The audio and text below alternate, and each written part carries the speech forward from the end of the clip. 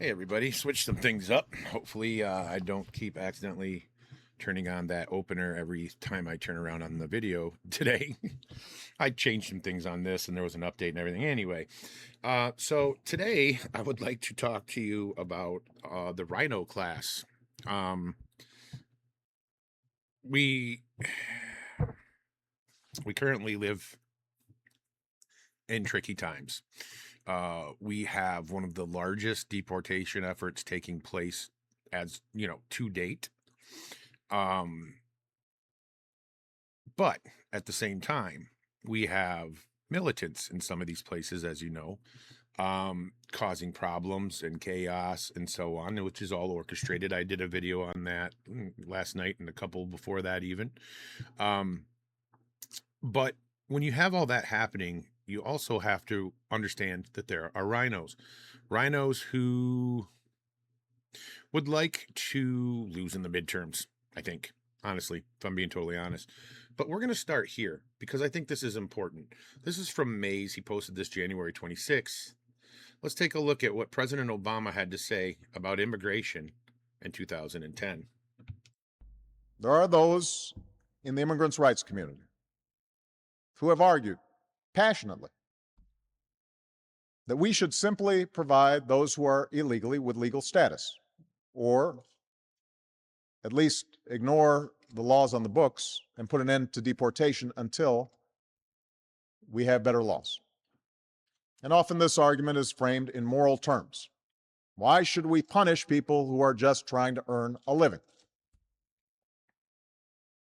I recognize the sense of compassion that drives this argument. But I believe such an indiscriminate approach would be both unwise and unfair. It would suggest to those thinking about coming here illegally that there will be no repercussions for such a decision. And this could lead to a surge in more illegal immigration. And it would also ignore the millions of people around the world who are waiting in line to come here legally. Ultimately, our nation, like all nations, has the right and obligation to control its borders and set laws for residency and citizenship. And no matter how decent they are, no matter their reasons, the 11 million who broke these laws should be held accountable. So it was 11 million in 2010. Imagine that. So you can understand that not a whole lot has changed other than that number has increased. You heard what he had to say. People shouldn't be able to skip the line. People shouldn't be able to do the things that they're doing, right? They shouldn't be able to. You're coming here as a legal immigrant and you're doing all the right steps. You're paying the money, you're taking the tests, you're doing everything you need to do to come here as a legal citizen and be productive. And then you watch as millions cross the border, not anymore, obviously, but you watch as millions cross the border in front of your eyes. And I can't imagine that makes them happy, which is, I think, one of the reasons that you see a lot of Hispanic people in ICE, for example. They have family members who came legally, did the right thing, and they're watching as people just cross for 4 years, just whenever they wanted, trafficking girls, trafficking children, and so on for 4 years. So that leads me to this next part that we need to get into. Let's take a listen to what the rhinos are saying about what we need to do with immigration right now. This is Newt Gingrich. Not a big fan. Process. So I think there are two things. We need a national conversation about what we're going to do about people who've come here, some of them 20 years ago, who've been obeying the law, paying taxes, good neighbors, have kids, go to PTA. Very few Americans want to see the police walk in and pick them up and deport them. On the other hand, people do not want to give them citizenship. So there should be some middle ground here on Let me just stop that there, okay? Let me just stop that there, because he just said many people don't want them basically deported, right? Because they've been here for 20 years. I'm gonna go ahead and reiterate what I've said before. Okay. If you're here for 20 years, you should get deported faster than somebody that's been here for 10 years or 5 years or 1 year. That is my opinion. Okay. Why am I saying that? Why would we give somebody that has, broken the law longer than other people, why would we give them special treatment? Why would we give them a pass for breaking the law longer, as though it's some kind of let's break the law Olympics? And I played this clip last night. We'll go back to Newt Gingrich. But to what he said most people don't want to see these people deported. This was CNN last year. Okay. January 21st, 2025. Let's see if he's right. Sometimes I like blunt questions because they sort of get at the underlying feelings that people have. So this is about as blunt a question as you can get. Deport all immigrants here illegally. I will note the ABC News poll asked about undocumented immigrants. So we have slightly different questions, but these were all taken within the last month.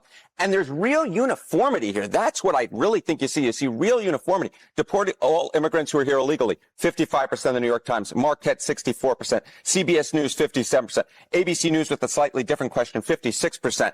So what you're seeing essentially here is a very clear indication that a majority of Americans, in fact, when they're asked this blunt question, which I believe gets at the underlying feelings, do in fact want to deport all immigrants who are here illegally. There's no arguing with these different numbers because they're all essentially the same across 4 different pollsters. Feelings towards immigration in this country, feelings towards undocumented immigrants and deporting all of them have become considerably more hawkish. And I think that gives Donald Trump much more leverage to go with the American people and sort of have these hawkish, some might say harsh, different rhetoric and also issue-based sort of going after immigrants who are here illegally, want immigration levels decreased. This includes legal and illegal immigration. Look at this. Last year, 55%. That is the highest level since the 9/11 aftermath. You go back just to 2020. And this, again, legal and illegal. So people want less people coming into the country. Exactly. They want less people coming into the country. Look at that. That's a 14-point rise from 2023. You go back to 2016 when Donald Trump again was running for president the first time, it was 38%. That's a 17-point rise. So the bottom line is more folks want people who are here illegally deported, and their overall feelings towards immigration have become considerably more hawkish. 63% say they're okay with deporting immigrants who are here illegally and arrived in the last 4 years. 87% are good with deporting immigrants who are here illegally and have criminal records. Yeah. All right. So you heard that, right? But yet Newt Gingrich assures me that the American people don't want to see these people deported, where in reality, polls taken show that not only do they want them deported, and that last video was from Mays again, by the way. Not only do they want to stop illegals from coming across the border, they want them all deported, and they want to slow up on legal immigration. Okay? So the notion that he just laid out for you is an absolute lie. Absolute lie. He's delusional, and they're doing this to screw up the country. They are no different than any Democrat. They are RINOs. Long-term goals. Second, process. All right. There was not much left of that video to even finish, but you see how these people are. Here is Representative Mike Lawler. Now, I'm not sure. He's a Republican from New York, so, grain of salt with what he says when he calls himself a Republican, another RINO. Let's take a listen to what he has to say. He has also won the argument when it comes to deporting criminal aliens. Most Americans agree with that. Where I think most Americans also agree is that if you have been in this country 5, 10, 15, 20 years, you've been working, you've not committed crimes, you have children or grandchildren that are American citizens, we want a legal path forward. Did I not just show you that that is not what most Americans want? That's what they want you to think that most Americans want. They are hoping that you'll fall for this lie. You know, now they're letting out polls that say most Americans want this. That did not change in a year. That did not change in a year. It just didn't. It didn't change that dramatically in a year. Nobody in their right mind believes what these people are saying, other than a liberal who does agree with what these alleged Republicans are saying. That's about the only person who agrees with them. To this day, most people not only want less H-1B visas, which is why Trump made it a little more expensive, a little more hard to get one. You've got Indians, East Indians complaining about how hard it is to get here now through the visa system. People are fed up. Okay.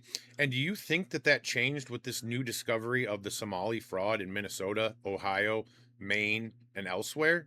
No, it didn't change. It's increased more than likely. And they don't want you to know that because they want to do the Reagan thing. When Reagan did amnesty in the 80s, it backfired on Republicans. It backfired on the country.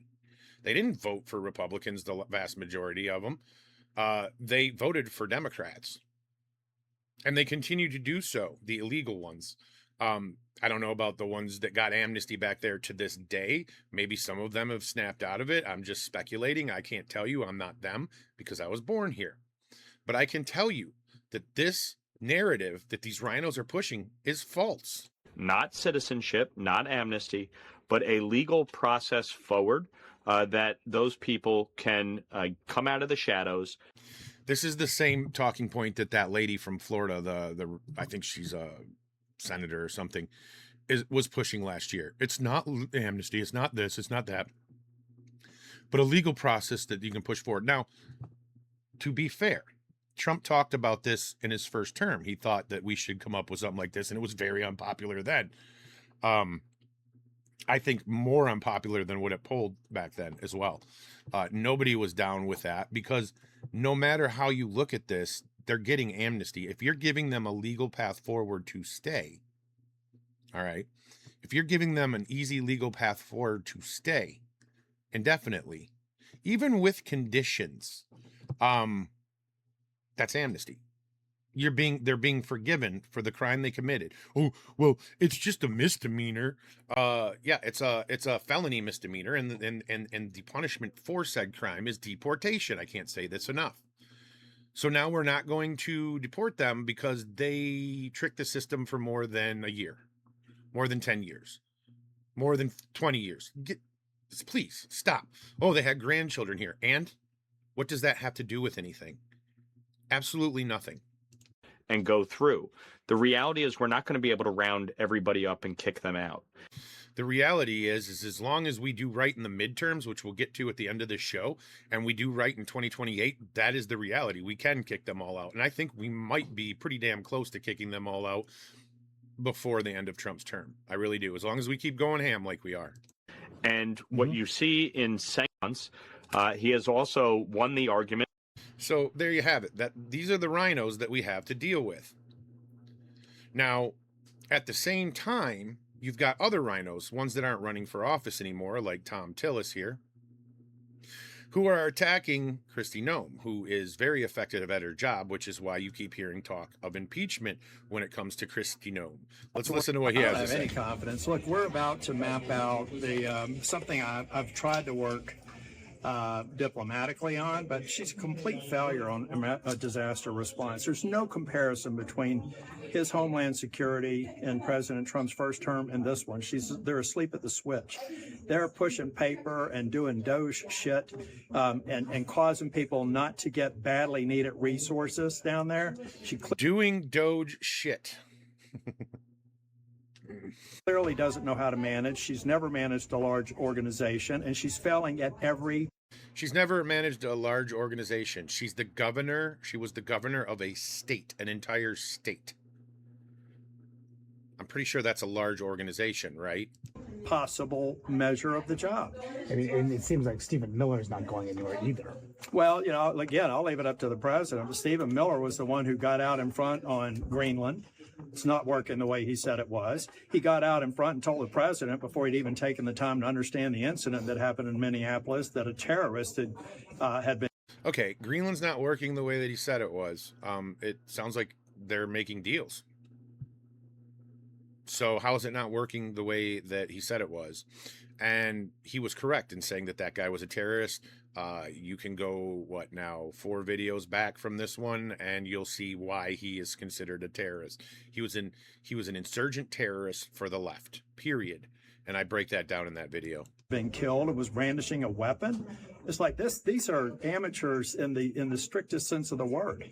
Do you support them changing to this bill that's pending on the floor right now, the funding bill, in order to restrain ISIS? Well, look, I mean, in the so-called big beautiful bill, there was significant funding for the ICE operation, so they're going to continue to have resources to tap on.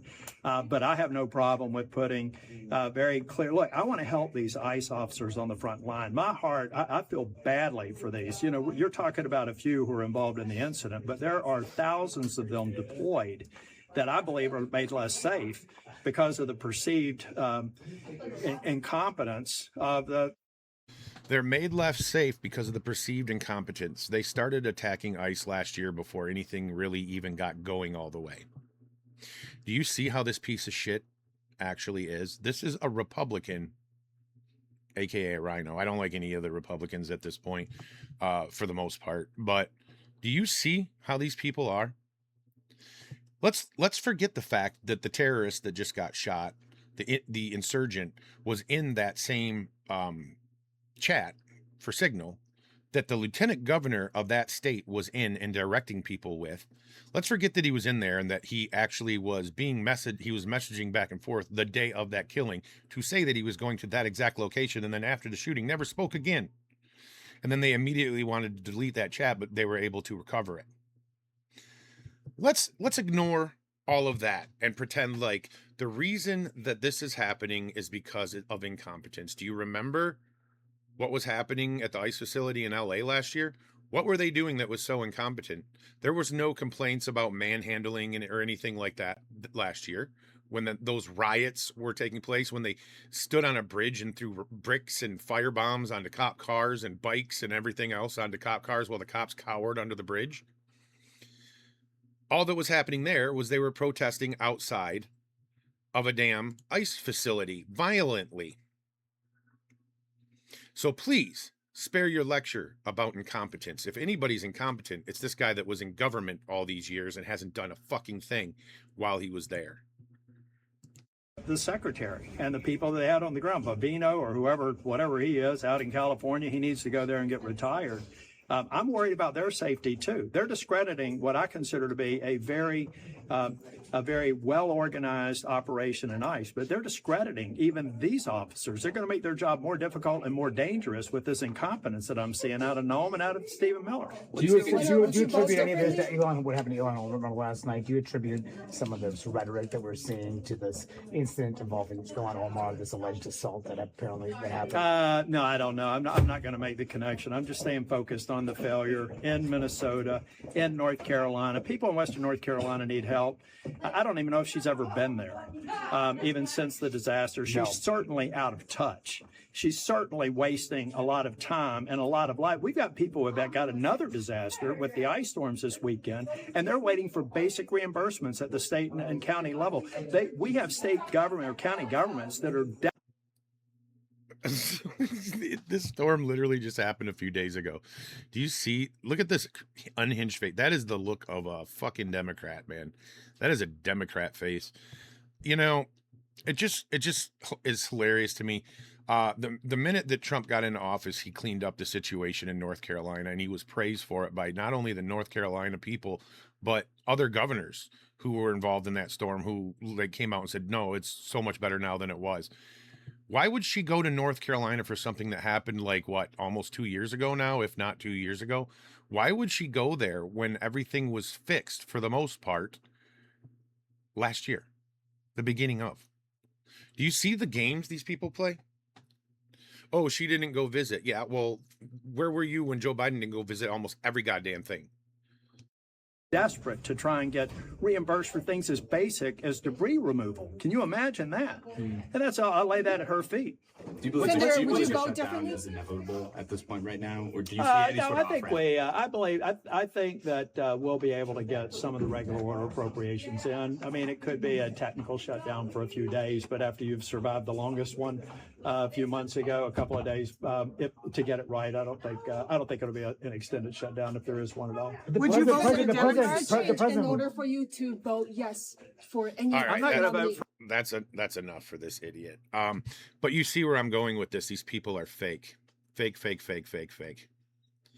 So then we have this. I want to move on to this before I let you guys go because it's quite important.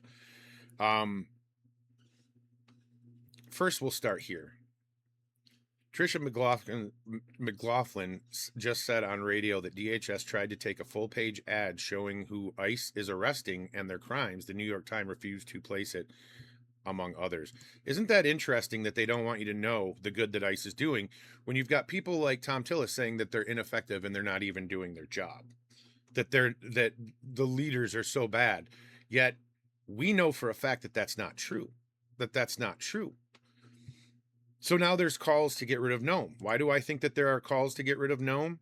Today's most clicked post, Governor Mickey Sherrill on Monday called for Congress to immediately impeach U.S. Homeland Security Secretary Kristy Noem.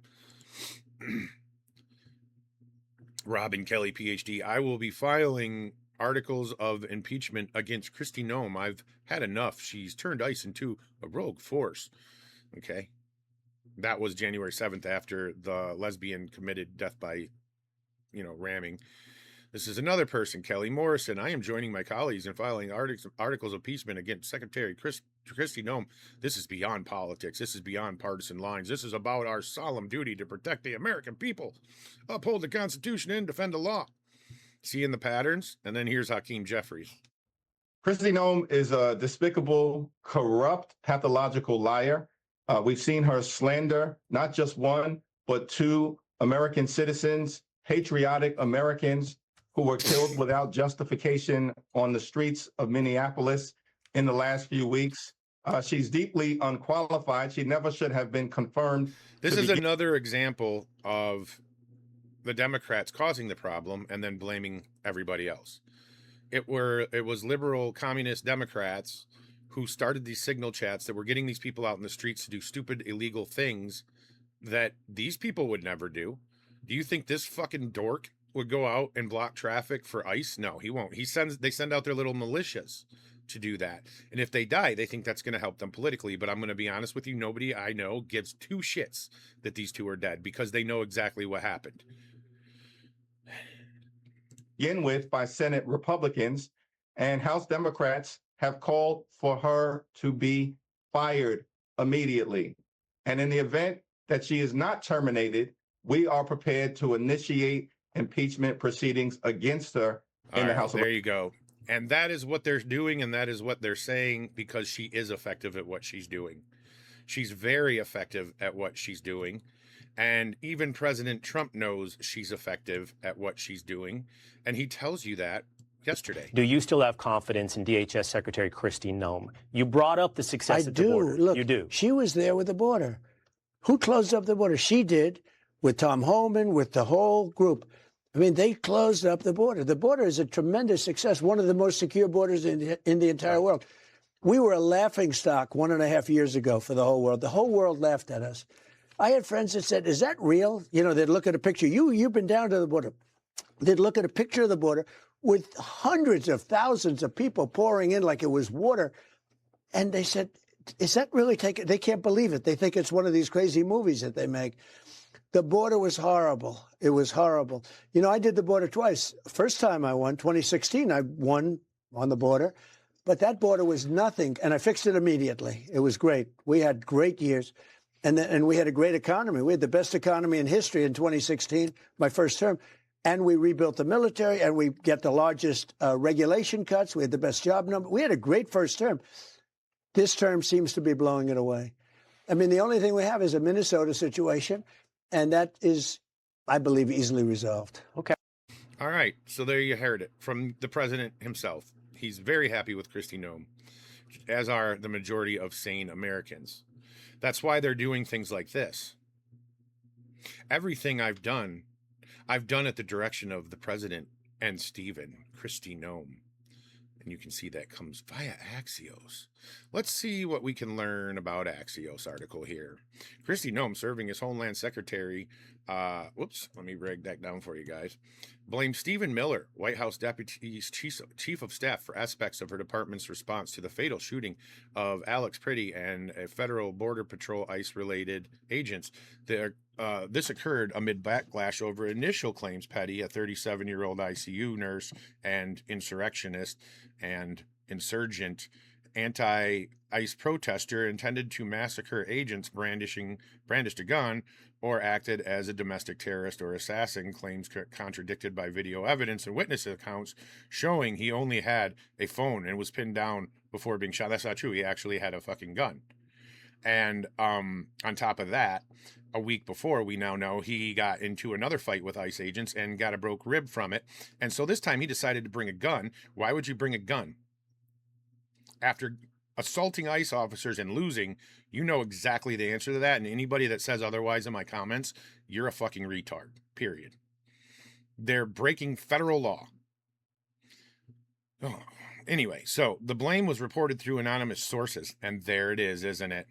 Anonymous sources speaking to media outlets, primarily Axios. Everything I've done at the direction of President Stephen Miller. So there you have it. It's more anonymous sources bullshit that they're pushing to try to make Kristy Noem look bad. It's the same thing that happened with what was it? God, what was the magazine at this point? I can't even remember. Vanity Fair, I think, when they did the Susie Wiles interview, and then they made quotes she said that were not only out of context but not proper, and so on and so forth. And then, if you recall, they said, "Oh, well, we've got the recording." And then New York Times comes out and says, "Oh yeah, no, they've got the recording for sure. We heard it." Well, then they never released the recording, and everybody forgot about it. Do you see how these people operate? Do you see how they operate? So basically, the point to this video is that the RINOs want to give these people amnesty, but not call it amnesty. We've got a concerted effort to remove one of the most effective border czars that we've had in years.